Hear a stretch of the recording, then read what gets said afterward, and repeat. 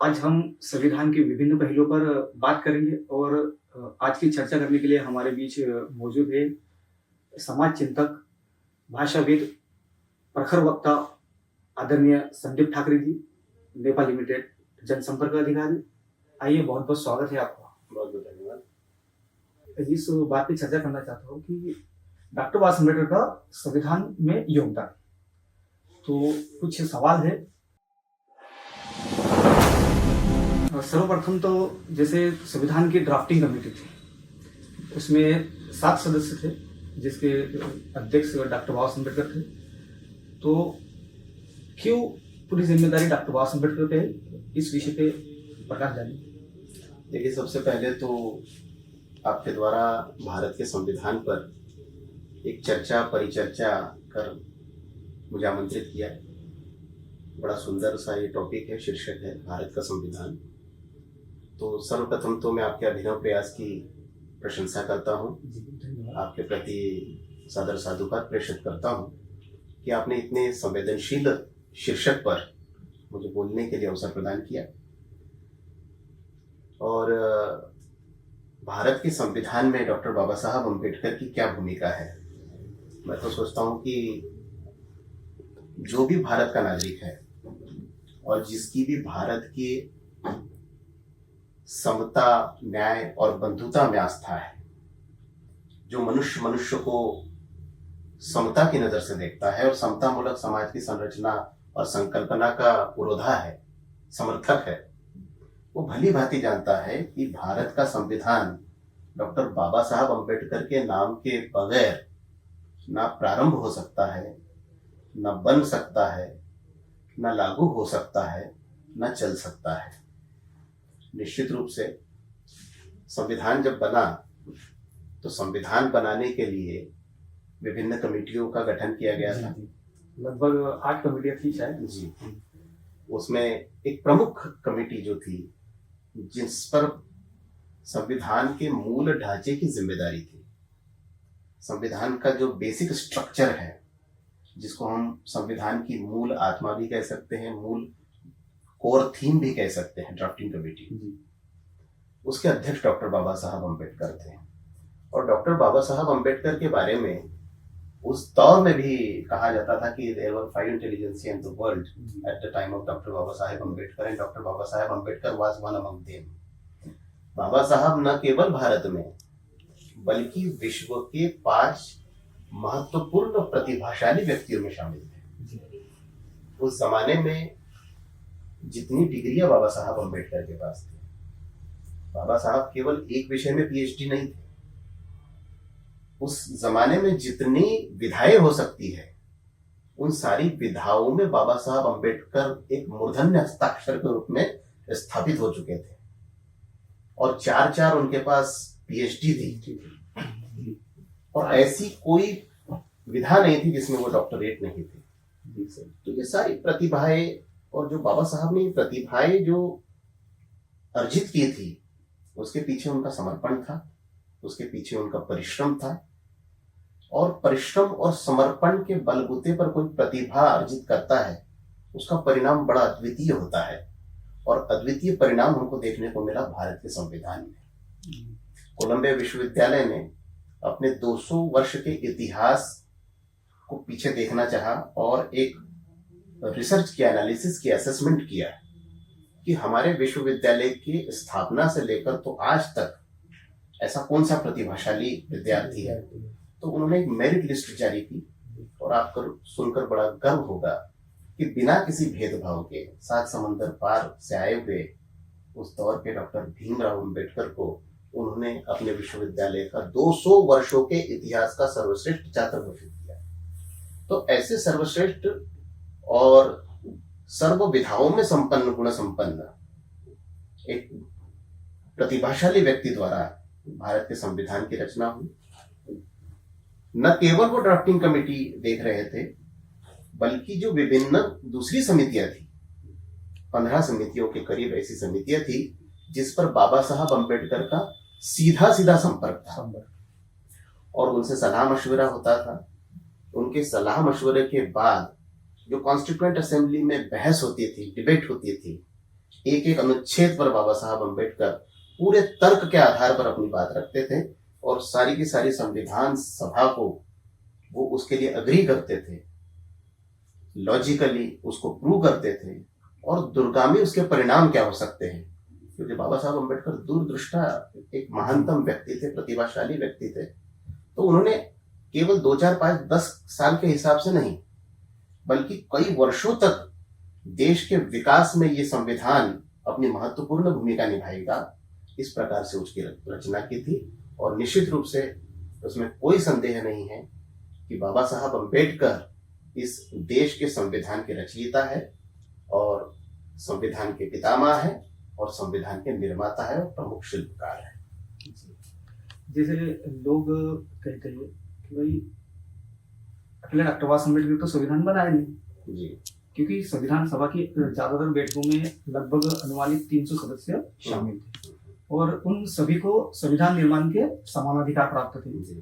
तो फिर क्यों डॉक्टर बाबा साहब अम्बेडकर को ही भारतीय संविधान का निर्माता या रचयिता कहा बड़ा जाता है? अच्छा प्रश्न है ये, और बहुत बार लोगों की हाँ, मानसिकता है जो उनसे नफरत करते हैं जी, वो नहीं, अधिकतर या फिर मैं किसी की माइंडसेट को नहीं बदल सकता हूँ, मेरे साथ लेकिन माइंडसेट को नहीं बदला जा सकता, लेकिन ईमानदारी से इसका आकलन करना चाहिए, एनालिसिस करना चाहिए कि ड्राफ्टिंग कमेटी में 7 सदस्य थे और टीटी कृष्णमाचारी उस ड्राफ्टिंग कमेटी के एक महत्वपूर्ण सदस्य थे। उनका कथन है कि शायद सदन को ये पता है कि 7 सदस्यों में एक सदस्य की मृत्यु हो गई तो उनका पद नहीं भरा गया, उनका कोई रिप्लेसमेंट नहीं आया। एक सदस्य ने इस्तीफा दे दिया, जरूर उनके रिप्लेसमेंट में एक व्यक्ति आया।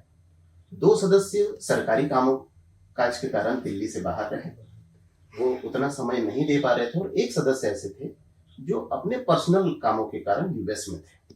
पूरा जिम्मा था डॉक्टर बाबा साहब अम्बेडकर के कंधों पर आ गया, और डॉक्टर बाबा साहब अम्बेडकर की हेल्थ भी उस समय, उनकी सेहत जो थी दिन प्रतिदिन गिर रही थी, क्योंकि बाबा साहब अम्बेडकर को उस दौर में ब्लड शुगर था।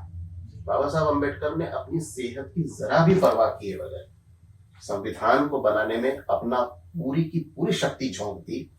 और मैं बताते हुए मुझे बड़ा गर्व होता है कि बाबा साहब अम्बेडकर एक ऐसे अध्यक्ष थे, कई बार ऐसा होता है ना, कॉमन सी बात होती है कि अध्यक्ष है तो केवल साइन मास्टर होगा, केवल साइन ही तो करना है। बाबा साहब अम्बेडकर एक लौते ऐसे अध्यक्ष थे जो ग्राउंड लेवल से लेकर तो अपेक्स लेवल तक काम करते थे, केवल साइन मास्टर नहीं थे, वो खुद उस चीज को असेसमेंट करते थे, उस पर काम करते थे, उस पर लॉजिक लगाते थे, और पूरी कॉन्स्टिट्यूएंट असेंबली के सामने एक बेहतरीन से बेहतरीन प्रेजेंटेशन क्या हो सकता है वो बाबा साहब करते थे। तो इतनी महत्वपूर्ण भूमिका जिस व्यक्ति ने निभाई हो जी, ऐसे व्यक्ति को संविधान का निर्माता नहीं कहेंगे। हाँ, एक बात और आती है कि अगर अच्छा है संविधान, अगर अच्छा है तो फिर कहते हैं कि भाई अकेले अम्बेडकर ने थोड़ी ना बनाया, वहां पर तो बहुत सारे लोग थे। और अगर खराब है किसी कारण से, अगर उनको कहीं पिंच होता है तो कहते हैं अम्बेडकर ने तो कल कॉपी पेस्ट किया है। तो मेरा ऐसे आरोप बाबा साहब, तो मेरा ऐसे मित्रों से केवल इतना ही कहना है कि जब 300 सदस्य थे और बड़े बड़े महान अपने अपने क्षेत्र के जाने पहचाने व्यक्तित्व थे, बड़े बड़े शीर्ष नेता थे, तो कि ये सभी मिलकर क्यों कॉपी पेस्ट कर रहे थे? तो अपनी मानसिकता को थोड़ा सा विस्तार देने की आवश्यकता है। संकुचित मन मस्तिष्क लेकर आगे नहीं बढ़ा जा सकता है। थोड़ा सा जमाना जिस हिसाब से चल रहा है, अपनी समझ को, अपने विचारों को और अपने व्यक्तित्व को निखारने का और प्रामाणिक रूप से ईमानदारी से उसको स्वीकार करने की आवश्यकता है। जी, तो दुर्भाग्य रहा है कि उनको एक राष्ट्रीय पिता के रूप में स्वीकारा ही नहीं गया है। उन्हें हमेशा, अब रही बात की दलित नेता के रूप में ही केवल उनका रेखांकन हुआ है, चित्रांकन हुआ है, शब्दांकन हुआ है। मुझे बताइए, बाबा साहब अम्बेडकर ने जेंडर इक्वालिटी के लिए लड़ाई लड़ी है। ये मैटरनिटी लीव जो है, महिला और पुरुष का जो पारिश्रमिक है वो इक्वल होना चाहिए। बाबा साहब अम्बेडकर जेंडर इक्वालिटी के लिए लड़ते हैं। उनको कभी जेंडर इक्वालिटी का नेता नहीं कहा जाता है। बाबा साहब अम्बेडकर किसानों के लिए, मजदूरों के लिए लड़ाई लड़ते हैं। उनको कभी श्रमिकों का या किसानों का नेता नहीं कहा जाता है। बाबा साहब अम्बेडकर जनसंख्या से क्या दुष्प्रभाव हो सकते हैं उस दौर में जनसंख्या विस्फोट की परिभाषा करते हैं। बाबा साहब अम्बेडकर कानून मंत्रालय के अलावा जो इरिगेशन डिपार्टमेंट था, भाखड़ा नांगल जैसी बड़ी बड़ी महत्वपूर्ण परियोजनाएं है, वहां पर अपनी महत्वपूर्ण भूमिकाएं निभाते हैं। बाबा साहब अम्बेडकर उस दौर में नदियों को जोड़ने की बात करते हैं। बाबा साहब अम्बेडकर उस समय एम्प्लॉयमेंट एक्सचेंज की बात करते हैं। बाबा साहब अम्बेडकर का एक महत्वपूर्ण जो पुस्तक है प्रॉब्लम ऑफ रूपी, उसके आधार पर आरबीआई का गठन होता है। तो अब मुझे बताइए, क्या आरबीआई केवल दलितों की बैंक है? बिल्कुल नहीं। क्या जेंडर इक्वालिटी की बात है तो केवल दलित महिलाओं की बात हुई है? क्या श्रमिकों की बात हुई है, किसानों की बात हुई तो केवल दलित श्रमिकों की और दलित किसानों की बात हुई है? क्या एक न्यूनतम पारिश्रमिक होना चाहिए, काम के घंटे निर्धारित होना चाहिए, बोनस मिलना चाहिए, ग्रेच्युटी मिलना चाहिए, एक्सीडेंटल इंश्योरेंस मिलना चाहिए, सब्सिडाइज कैंटीन मिलना चाहिए, तो क्या यहाँ पर किसी प्रकार की कोई दलितों की बात हुई है? बाबा साहब अम्बेडकर ने संविधान में न केवल इंसान की बल्कि पशु प्राणियों की भी चिंता की है, वनस्पतियों की चिंता की है, पेड़ पौधों की चिंता की है। तो अब मुझे बताइए, दुनिया का ऐसा कौन सा पेड़ है, दुनिया का ऐसा कौन सा पशु है जो दलित है? तो ये तो मानसिकता का प्रश्न है, मानसिकता को नहीं बदला जा सकता। लेकिन हाँ, प्रसन्नता का विषय है कि धीरे धीरे मानसिकता परिवर्तित हो रही है। धीरे धीरे बाबा साहब अम्बेडकर के विचारों को लोग जान रहे हैं, समझ रहे हैं और स्वीकार कर रहे हैं। इसी श्रेणी में जैसे अभी 2015 में माननीय नरेंद्र मोदी प्रधानमंत्री ने डॉक्टर बाबा साहब अम्बेडकर की 125वीं जयंती पर ये संविधान दिवस 26 नवंबर को लागू करवा, ये शायद उसी के उसमें है परिपाटी में। और मैं ये पूछना चाहता हूँ कि जब संविधान की बात करते हैं तो संविधान का प्रमुख अंग प्रस्तावना जी, तो प्रस्तावना जैसे मेरे सुनने में आया है कि प्रस्तावना में कुछ सदस्य बता रहे थे कि स्टार्ट भगवान के नाम से होना चाहिए, ईश्वर के नाम से होना। तो ये हम भारत के लोग जो प्रस्तावना की स्टार्ट है, तो ये कहाँ से और किसके कहने पर लाया गया? बहुत सुंदर इसके पीछे भी प्रसंग है। जितने सदस्य थे, बहुत सारे सदस्यों का ये कहना था कि विभिन्न देशों में जहाँ पर गणतंत्रात्मक व्यवस्था लागू है, वो वहां पर अपने अपने भगवानों के नाम से संविधान को प्रारंभ करते हैं। कुछ लोग ईश्वर के नाम से प्रारंभ करते हैं, कुछ उसको गॉड के नाम से कहते हैं। तो इस प्रकार से यहाँ पर भी भारत में प्रयास किया गया। और बाबा साहब अम्बेडकर चूंकि अध्यक्ष थे, बाबा साहब अम्बेडकर ने सभी लोगों से राय जानना चाहा। तो कुछ लोगों ने हाथ खड़े किए, कुछ लोग थोड़ा सा संकोच कर रहे थे, फिर वोटिंग सिस्टम जैसा कुछ हुआ, तो आधे से अधिक लोग ये भगवान, ईश्वर या परमेश्वर की बात से इनकार कर रहे हैं।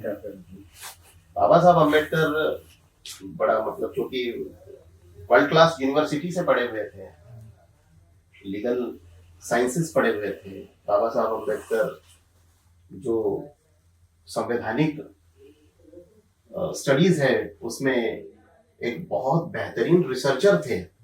वो समझते थे कि संविधान हमें ऐसा बनाना है, यदि ईश्वर, भगवान या परमेश्वर की बात होगी तो हो सकता है एक बहुत बड़ा वर्ग जो भगवान को नहीं मानता है, या ऐसा बहुत बड़ा वर्ग जो भगवान को किसी और रूप में मानता है, किसी और नाम से मानता है। तो यहाँ इक्वालिटी एस्टेब्लिश होना थोड़ा सा चैलेंजिंग हो जाएगा। तो जैसे ही प्रस्तावना में हम भारत के लोग आता है, हम भारत के लोग जैसे ही आता है, उसमें मैं भी आता हूँ, उसमें आप भी आते हैं, उसमें हिंदू भी आते हैं, उसमें मुसलमान भी आते हैं, सिख भी आते हैं, ईसाई भी आते हैं, बौद्ध भी आते हैं, पारसी भी आते हैं। हम भारत के लोग गणतंत्रात्मक गणराज्य स्थापित हुआ है, भारत लोकतंत्र के रूप में स्थापित हुआ है। तो यहाँ पर तंत्र छोटा पड़ जाता है, लोक बड़ा बन जाता है, लोक से बढ़कर कोई नहीं होता है। इसलिए हम और आप मिलकर इस संविधान की प्रस्तावना में अपने आप को देखते हैं, और एक विशेष रूप से जब हम अपने आप को देखते हैं तो संविधान के प्रति निश्चित रूप से आस्था और विश्वास बढ़ता है। तो ये जो भारत की प्रस्तावना में हम भारत के लोग, बाबा साहब अम्बेडकर चाहते थे कि संविधान से एक एक व्यक्ति जुड़ाव महसूस करे। इस कारण से सारी संविधान समिति को, सारी संविधान सभा को बाबा साहब ने एग्री करवाया कि यहाँ पर कोई शब्द होना चाहिए तो देश के नागरिकों को समर्पित शब्द होना चाहिए। इस कारण से हम भारत के नागरिकों के लिए ही बनाया गया कि वही सभी को इक्वल राइट्स मिले। और इसके साथ में कि डॉक्टर बाबा साहब अम्बेडकर ने संविधान सभा के जो अंतिम भाषण हो रहा था, तो उसमें ऐसा क्यों कहा कि संविधान कितना भी अच्छा क्यों ना हो, वो अंततः बुरा साबित होगा अगर उसे चलाने वाले बुरे हैं, और संविधान कितना भी बुरा क्यों ना हो, वो अंततः अच्छा साबित होगा अगर उसे चलाने वाले अच्छा, जरा इस विषय पे। बाबा साहब अम्बेडकर दूरदृष्टा थे। बाबा साहब अम्बेडकर जानते थे कि बड़ी मेहनत से हासिल हुई आज़ादी है, ट्रांसफर ऑफ पावर एग्रीमेंट हुआ है और बहुत मेहनत से पूरी जी जान लगाकर ये संविधान निर्माण हुआ है, लागू हुआ है। लेकिन अगर कहीं बदकिस्मती से कभी ऐसा होगा कि अच्छे चरित्र या अच्छे संकल्प वाले व्यक्ति अगर इसको चलाएंगे नहीं, तो ये केवल एक कागज का दस्तावेज भरकर रह जाएगा। डॉक्टर राजेंद्र प्रसाद साहब की बात बहुत अच्छे से याद आती है मुझे। डॉक्टर राजेंद्र प्रसाद साहब कहते थे कि मेरे जीवन भर की सबसे बड़ी कोई उपलब्धि है तो संविधान सभा में डॉक्टर अम्बेडकर का आना है।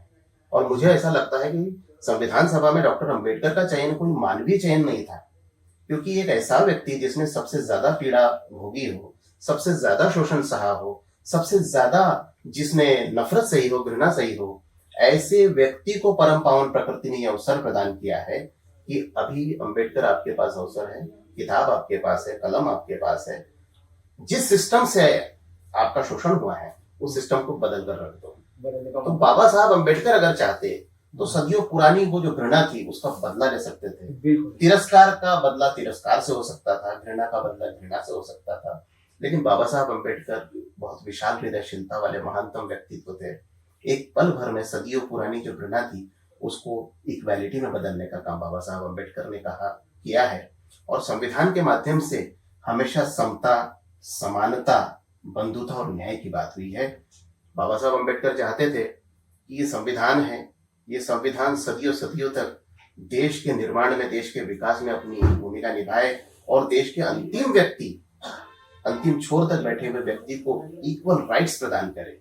लेकिन उन्होंने आगाह भी किया था यदि गलत निर्णय वाले लोग होंगे, गलत संकल्प वाले लोग होंगे और संकल्प की जगह अगर निजी उद्देश्य और निजी स्वार्थी वाले लोग होंगे, स्वार्थ सिद्धि वाले लोग होंगे, तो ये अच्छा भी महत्वपूर्ण और बड़ा सुंदर जो संविधान है वो अंततः गलत साबित हो सकता है। ये चेतावनी थी बाबा साहब अम्बेडकर की। और जैसे कि इतना विशाल संविधान हमारे देश का है और इतनी दूरदृष्टि और इतने अथक प्रयासों से डॉक्टर बाबा साहब अम्बेडकर ने संविधान बनाया, फिर भी कुछ लोग अगर देश में देखे जाए तो ज्यादातर डॉक्टर बाबा साहब अम्बेडकर की मूर्तियां फूटी जाती है। तो ऐसे लोगों की ऐसी मानसिकता वाले लोगों के लिए आप क्या कहना चाहते हैं? दुनिया में सबसे ज्यादा मूर्तियां बनी, सबसे ज्यादा मूर्तियां स्थापित हुई और सबसे ज्यादा मूर्ति अगर किसी टूटी है तो बाबा साहब अम्बेडकर की मूर्तियां टूटी है। उनका सबसे बड़ा जो अपराध था बाबा साहब अम्बेडकर का कि वो तथाकथित शूद्र परिवार में पैदा होकर भी उस दौर के, और मैं तो कहता हूं अभी तक, अगर हम वर्ण व्यवस्था के आधार पर भी बोले तो चारों वर्णों में ऐसा कोई विद्वान नहीं है। बाबा साहब अम्बेडकर ने वो विद्वत्ता हासिल की और अपनी विद्वत्ता के दम पर उस सड़ी गली रूढ़ियों को तोड़ने का, खत्म करने का प्रयास किया, समाप्त करने का प्रयास किया, आजीवन संघर्ष किया है। जिस व्यक्ति को बोलने की अनुमति नहीं थी वो व्यक्ति आज वाइस चांसलर बना है, स्पीकर बना है, कलेक्टर बना है, इंजीनियर बना है। तो ये इतनी आसानी से पचने वाली बातें नहीं है। सोचिए कितनी ताकत से लड़ा होगा वो व्यक्ति कि जिसके खौफ से आज भी उसकी मूर्तियां तोड़ी जाती है।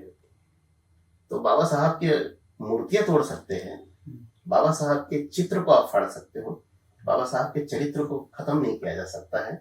बाबा साहब की मूर्ति, मेटल की, पत्थर की मूर्तियों को आप तोड़ सकते हो, लेकिन हमारे अंतर्मन में जो बाबा साहब है, उनके विचार है, न केवल भारत में बल्कि विश्व में जहां जहां विषमता की बात होती है, जहां जहां शोषण और उत्पीड़न की बात होती है, तो विश्व में किसी नेता का अगर नाम लिया जाता है, किसी विद्वान का नाम लिया जाता है, तो बाबा साहब अम्बेडकर का नाम लिया जाता है और उनकी समतावादी आंदोलनों का नाम लिया जाता है, उनके सत्याग्रह का नाम लिया जाता है। ये हमारे लिए गर्व का विषय है। बाबा साहब अम्बेडकर केवल, मैं तो कहता हूँ, दलितों के नेता तो बहुत छोटी टर्म है, केवल भारत के नेता नहीं है, भारत के नेतृत्व नहीं है, बल्कि संपूर्ण विश्व के एक आदर्श नेता के रूप में पूरे विश्व ने बाबा साहब अम्बेडकर को स्वीकार किया है। और मूर्तियों को तोड़ने का मामला जो है वो पुनः मैं कहता हूँ कि मानसिकता का मामला है, जिसे परिवर्तित करना इतना आसान नहीं है। सुखद बात है कि बहुत सारा परिवर्तन हुआ है और परिवर्तन की और अपेक्षा है, गुंजाइश है। जैसे आपने कहा था कि डॉक्टर बाबा साहब अम्बेडकर ने सबको समान लिखा है और इतने जुल्म सहने के बाद या इतनी कठिन परिश्रम सहने के बाद भी उन्होंने सभी को इक्वल राइट दी थी। वो चाहते तो बदला ले सकते थे। ये फेसबुक वॉल पे मैंने देखा है, वीडियो था, शिवाजी जयंती का वीडियो है। इसमें आपने कहा था कि डॉक्टर बाबा अम्बेडकर जब संविधान लिख रहे थे तो उन्हें जरा सी भी परेशानी नहीं हुई, क्योंकि उनके मस्तिष्क में शिवाजी, छत्रपति शिवाजी महाराज के सुशासन एवं स्वराज्य की परिकल्पना थी। तो क्या ये सही है और कैसा? बिल्कुल। देखिए, भारत के संविधान की अगर आप प्रस्तावना पढ़ेंगे, भारत के संविधान की प्रस्तावना, हम भारत के लोग भारत की एक संपूर्ण प्रभुत्व संपन्न समाजवादी पंथ निरपेक्ष लोकतंत्रात्मक गणराज्य जैसी ये बातें आती है। आपको तथागत भगवान गौतम बुद्ध के दर्शन होंगे, तथागत भगवान गौतम बुद्ध के शाक्य गणराज्य के दर्शन होंगे, आपको कबीरदास जी के दर्शन होंगे, आपको संत रविदास जी के दर्शन होंगे। सुशासन और सुव्यवस्थित शासन करना, जनता की सेवा करना, बिना किसी की संपत्ति पर, बिना किसी के क्षेत्र पर, बिना किसी के सिंहासन पर बलात्कार किए बगैर भी शासन हो सकता है, प्रतिनिधित्व हो सकता है, जनता की सेवा हो सकती है। इसका एक सुंदर उदाहरण छत्रपति शिवाजी महाराज ने स्थापित किया है। आपको संविधान में उनका दर्शन होगा। शिक्षा, और शिक्षा से क्या हासिल होता है, शिक्षा से कैसे व्यक्तित्व निर्माण होता है, और शिक्षा से खोए हुए अधिकारों को कैसे प्राप्त किया जाता है, अगर इसकी बात होगी तो निश्चित रूप से संविधान में आपको क्रांति ज्योति सावित्रीबाई फुले और महात्मा ज्योतिबा फुले का दर्शन होगा। आपको विशेष जो दुर्बल लोग हैं उनको मेन स्ट्रीम में लाने के लिए कैसे अवसर दिया जाए, छत्रपति शाहू महाराज का दर्शन होगा। तो बाबा साहब अम्बेडकर ने अपने पुरखों से, अपने पूर्वजों से, संतों से, मनीषियों से, विद्वानों से वो सारी चीजें ली है। बाबा साहब अम्बेडकर एक जगह कहते हैं, they can not make history और फॉरगेट देयर ओन हिस्ट्री। वो कौम अपना इतिहास नहीं लिख सकती जो कौम अपना इतिहास भूल जाती है। तो इतिहास के जितने हमारे नायक थे, इतिहास के हमारे जितने प्रखर विद्वान थे, हम राजा महाराजाओं की संतानें हैं। ऐसे राजा महाराजाओं से, ऐसे बड़े बड़े विद्वानों से प्रेरणा लेकर बाबा साहब अम्बेडकर ने उसे एक माला में पिरोने का काम किया है। वो भारत का संविधान है। तो यकीनन बाबा साहब अम्बेडकर कोट करते हैं कि मुझे संविधान बनाते समय तनिक भी चिंता नहीं हुई, कोई तकलीफ नहीं हुई, क्योंकि मेरे सामने तथागत भगवान गौतम बुद्ध का गणतंत्रात्मक व्यवस्था वाला शाक्य गणराज्य था और सुशासन वाला छत्रपति शिवाजी महाराज का एक सुंदर सुव्यवस्थित सुशासन था। अब जो आज संविधान दिवस हम मना रहे हैं, तो डॉक्टर बाबा अम्बेडकर का उसमें योगदान हमने आपसे जाना कि क्या है। तो अब जो हमारे आने वाले लोग हैं उनको अब किस तरह का संदेश देना चाहते हैं कि वो संविधान पर अमल करें और संविधान में जो अपने को हितों के लिए रक्षा करने के लिए वो कैसा दिखते हैं? देखिए, सबसे पहले तो हमारे लोगों को, सबसे ज्यादा हमारे लोगों ही नहीं, देश एक नागरिक को सीधा सीधा शिक्षा से जुड़ना चाहिए। शिक्षा वो शेरनी का दूध है, जो पिएगा शेर की तरह दहाड़ जाएगा।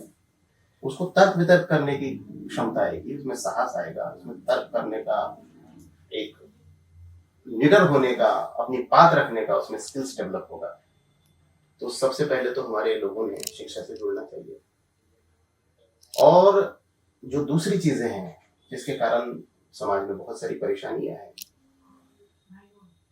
नशे से बिल्कुल दूर रहना चाहिए। नशा भी बहुत बड़ी संविधान में तथागत भगवान गौतम बुद्ध के शीलों को बाबा साहब अम्बेडकर ने कानून बनाकर प्रावधान किया है।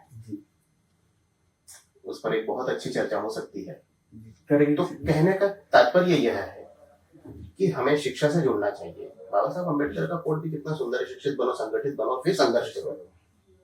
क्योंकि शिक्षा हासिल करेंगे, तर्क वितर्क करेंगे, अपनी बात रखेंगे, बात रखने के तरीके से एक पार्लियामेंट्री लैंग्वेज में अपनी बात रखेंगे तो अपनी बात कोई भी सुन सकता है। हमारा संगठन होगा, हमारे पास शक्ति होगी तो हम संघर्ष करेंगे और परिणाम आ सकता है। और दूसरी बात कि हर व्यक्ति को भारत के संविधान की स्टडी करना चाहिए, समझने का प्रयास करना चाहिए। और मैं कहता हूँ कि ऐसे बहुत सारे ओकेशंस होते हैं, किसी का जन्मदिन है, किसी की शादी है, किसी की पुण्यतिथि है, तो ऐसे अवसरों पर हम जैसे लोगों ने, आप जैसे लोगों ने भारत के संविधान की छोटी छोटी जो प्रतियां होती है, सिंपल सिंपल भाषाओं में छोटे छोटे खंड होते हैं, वो गिफ्ट करना चाहिए। बर्तन और ये दूसरे जो कपड़े लत्तों के जो व्यवहार हमारे समाज में तो सदियों से होते आए हैं, उससे हमारा तो कोई बहुत बड़ा भला नहीं होना है। तो एक अभिनव प्रयास हमने करना चाहिए कि देश के संविधान को हर हाथ तक पहुंचाना चाहिए। वो हाथ तक पहुंचेगा, आंखों से पड़ेगा, तब वो दिल में जाएगा, तब उसको पता चलेगा कि देश के संविधान में उसके लिए क्या है।